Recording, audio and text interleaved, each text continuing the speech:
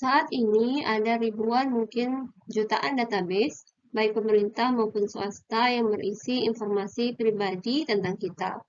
Namun di masa lalu tidak ada catatan tentang informasi seperti pembelian bahan makanan dan juga buku yang kita beli.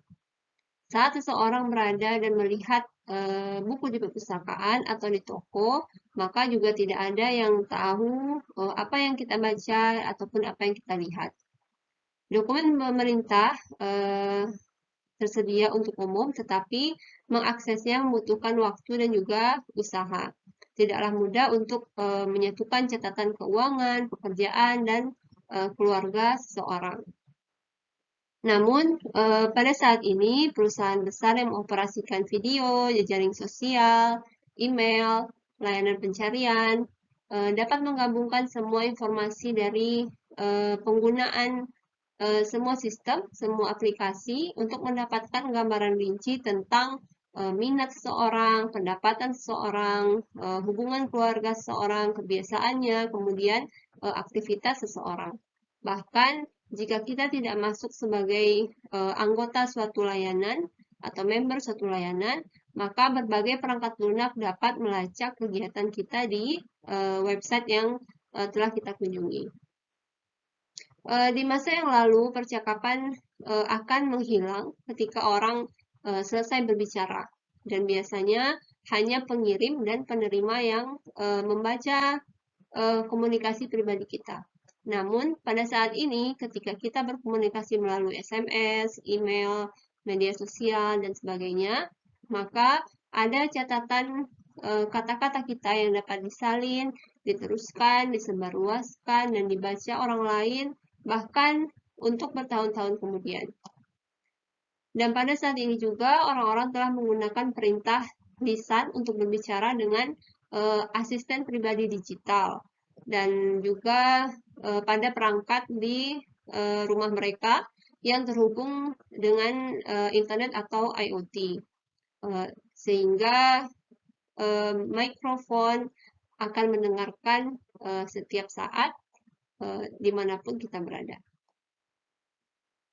Semua gadget dan layanan tentu saja memiliki manfaat, tapi mereka juga mendapatkan memberikan resiko baru, dan implikasinya adalah terhadap privasi seseorang. Mesin pencari mengumpulkan dan menyimpan terabyte data setiap hari. Terabyte adalah 1 triliun byte. Akan sangat mahal untuk menyimpan data sebanyak itu di masa yang lalu. Tetapi sekarang tidak semahal yang ada di masa yang lalu. Mengapa perusahaan mesin pencari ini menyimpan query penelusuran? Tentu saja ada banyak penggunaan untuk data tersebut. Perusahaan ingin mengetahui berapa banyak halaman hasil pencarian yang benar-benar dilihat oleh pengguna, berapa banyak yang mereka klik, bagaimana mereka menyaring query pencarian mereka, dan kesalahan ejaan apa yang biasa diperbuat.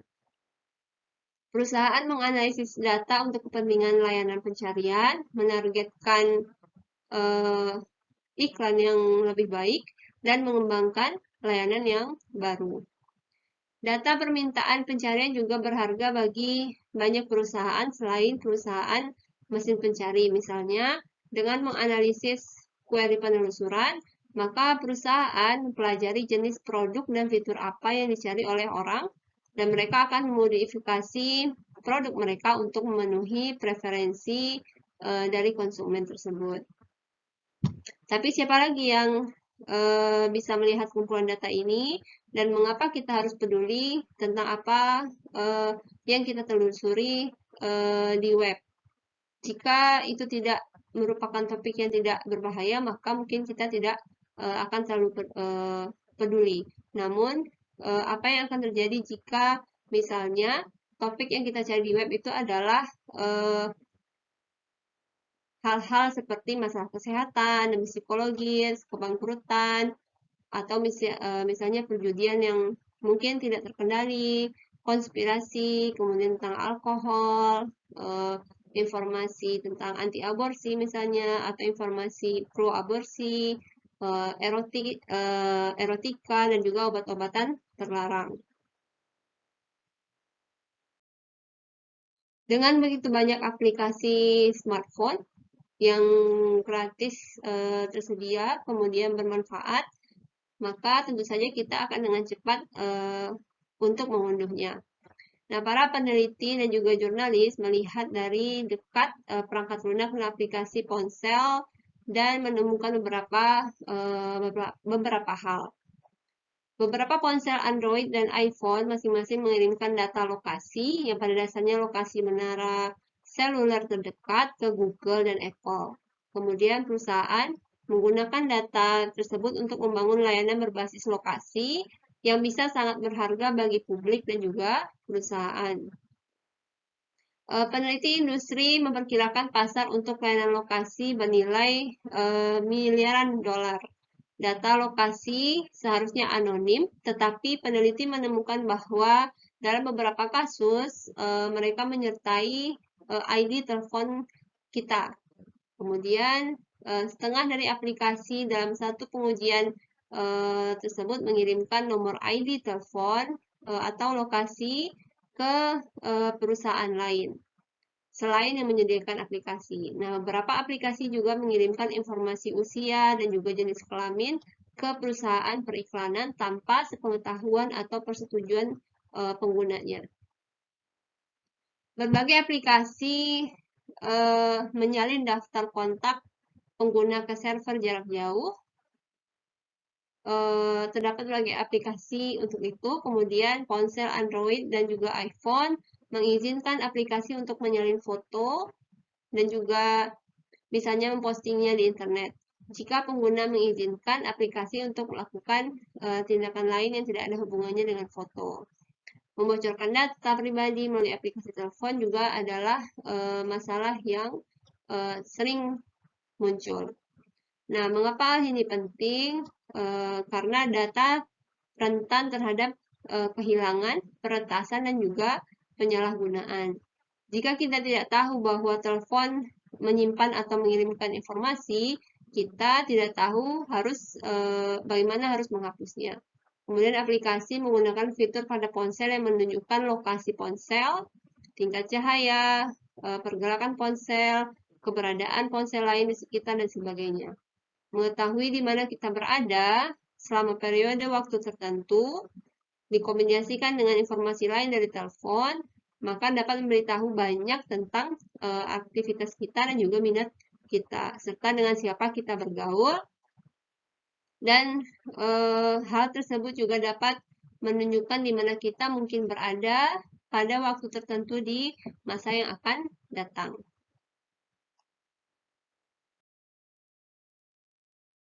Penjahat mencuri data pribadi dengan meretas ke dalam sistem komputer, dengan mencuri komputer, dengan mencuri kartu memori misalnya atau drive, kemudian dengan membeli atau meminta catatan dengan alasan yang false pretenses atau dengan alasan palsu, kemudian dengan melakukan penyuapan karyawan perusahaan yang menyimpan data. Pialang informasi yang curang menjual data termasuk catatan ponsel, laporan kredit, laporan kartu kredit, catatan medis, dan pekerjaan, kemudian lokasi kerabat, serta informasi tentang akun keuangan dan investasi yang mereka peroleh secara ilegal atau dengan cara yang tidak sah. Penjahat, pengacara, detektif, kemudian juga ada pasangan, keluarga, mantan pasangan, dan juga agen penegak hukum, termasuk di antara pembeli data tersebut. Seorang detektif swasta dapat memperoleh beberapa informasi ini dengan begitu mudah, murah, dan juga cepat. Resiko lain adalah kerugian yang tidak disengaja, kadang-kadang sangat ceroboh. Bisnis, lembaga pemerintah, dan juga lembaga lain kehilangan komputer, telepon, tempat penyimpanan, kartu memori, laptop, dan perangkat lain yang berisi data pribadi sensitif, seperti misalnya nomor ID seseorang, nomor kartu kreditnya, dari seseorang ataupun juga dari banyak orang, kemudian membuat orang berpotensi untuk menyalahgunakan hak milik tersebut. Nah, bisnis, lembaga pemerintah, dan juga lembaga lain secara tidak sengaja mengizinkan file sensitif untuk publik yang kemudian dipost di website. Kemudian, peneliti telah menemukan informasi medis dan juga informasi pribadi atau rahasia sensitif lainnya tentang ribuan orang dalam file yang secara keliru dapat diakses di website. Kemudian juga terdapat pencurian data yang mendapatkan informasi sensitif melalui telepon dengan berpura-pura menjadi orang yang orang dari kantor perusahaan tertentu. Mereka memberikan beberapa informasi pribadi, tetapi mungkin sebenarnya informasi yang bersifat publik atau tidak berbahaya tentang target untuk membuat permintaan informasi-informasi lainnya. Itulah salah satu alasan mengapa penting sekali untuk berhati-hati bahkan dengan data yang tidak terlalu sensitif.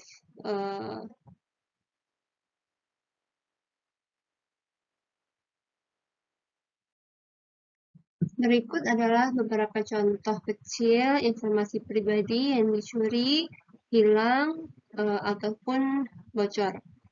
Dalam banyak insiden, tujuan pencuri adalah mengumpulkan data untuk digunakan dalam pencurian identitas dan juga penipuan serta berbagai kejahatan lainnya.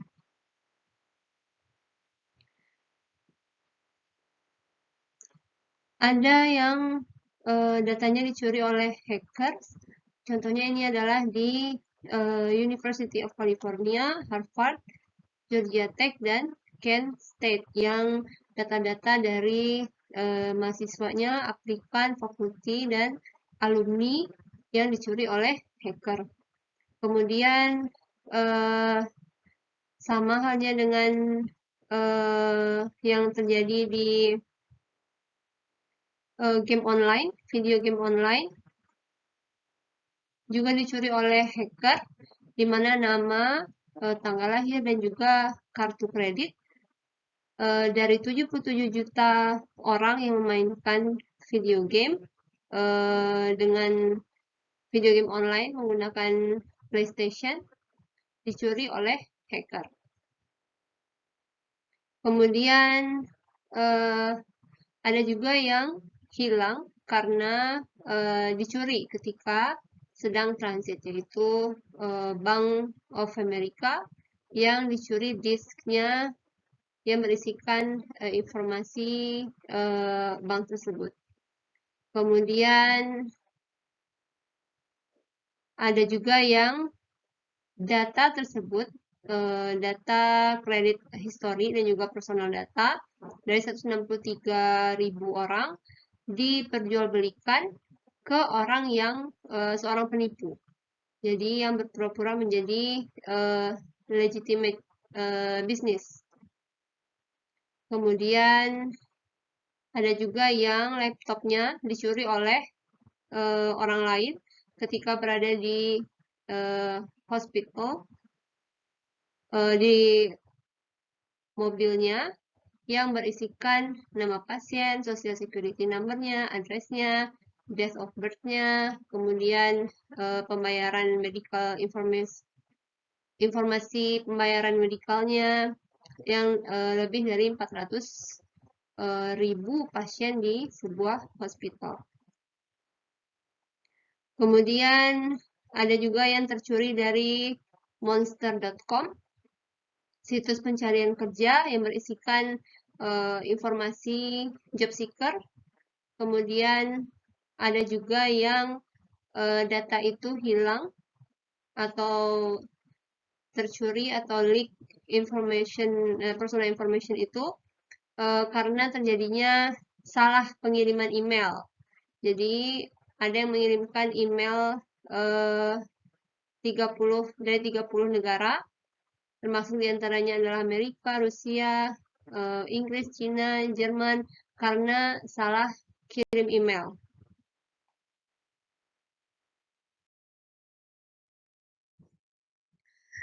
Berikut adalah beberapa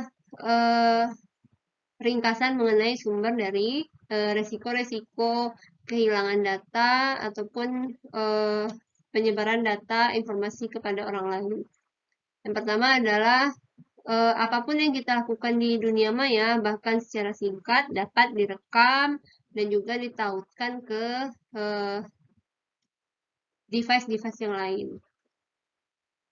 Dan hal ini juga termasuk apapun yang kita gunakan di dalam rumah tangga misalnya yang sudah terkonek IoT.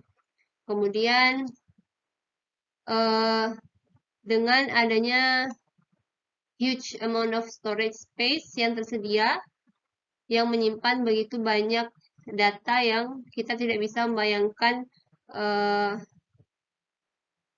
banyak data tersebut, saking banyaknya.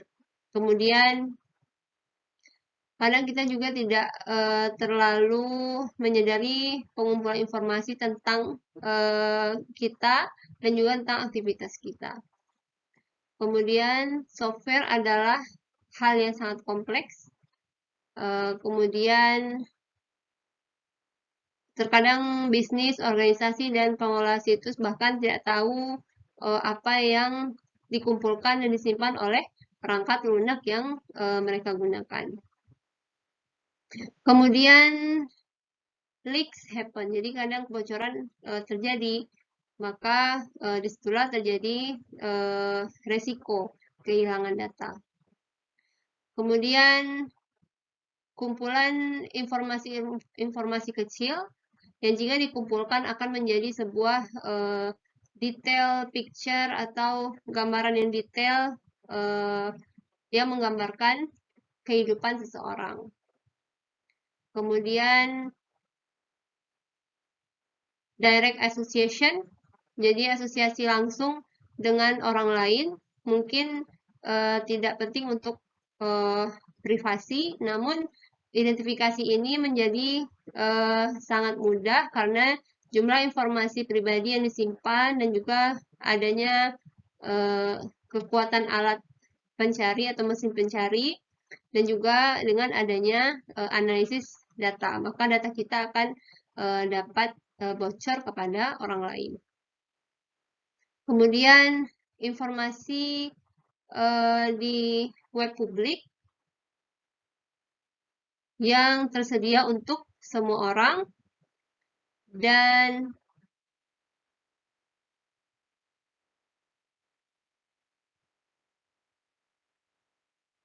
terakhir adalah ketika informasi masuk ke internet atau ke sebuah database, maka sangat tidak memungkinkan untuk kita melakukan mendelete atau meremove data tersebut